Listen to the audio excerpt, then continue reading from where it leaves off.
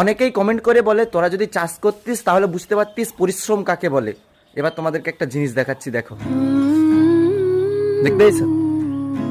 এটা হচ্ছে আমাদের বাড়িতে আমাদের চাষ, ধান সেদ্ধ, বাদাম চাষ, ধান চাষ সব কিছুই করতে হয়। যে ভিডিও বানায় শুধু তা নয়, আর ভিডিও বানাতেও যথেষ্ট কিন্তু পরিশ্রম লাগে। যারা ভিডিও বানায় তারাই একমাত্র জানে কতটা পরিশ্রম লাগে ভিডিওতে।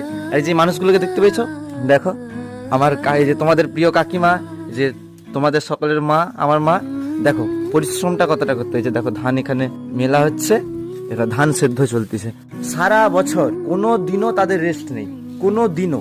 সকাল থেকে উঠে গরু আছে, গরুর কাজ, ধান সেদ্ধ, ধান চাষ করা, বাদাম চাষ করা, দুবার চাষ হয় বছরে। মানে তাদের রেস্ট বলে কোনো কিছুই নেই। আমাদের বাড়িতে সকলেই খুব পরিশ্রম, সবাই কাজকর্ম নিয়েই ব্যস্ত থাকে, সকলে। তো এরকম কমেন্টটা করো না, সকলেই পরিশ্রম করে। আর একটা ভিডিও বানাতেও যে তারা দেখো এই যে এই কাজগুলো করছে, আর আমি তো সকাল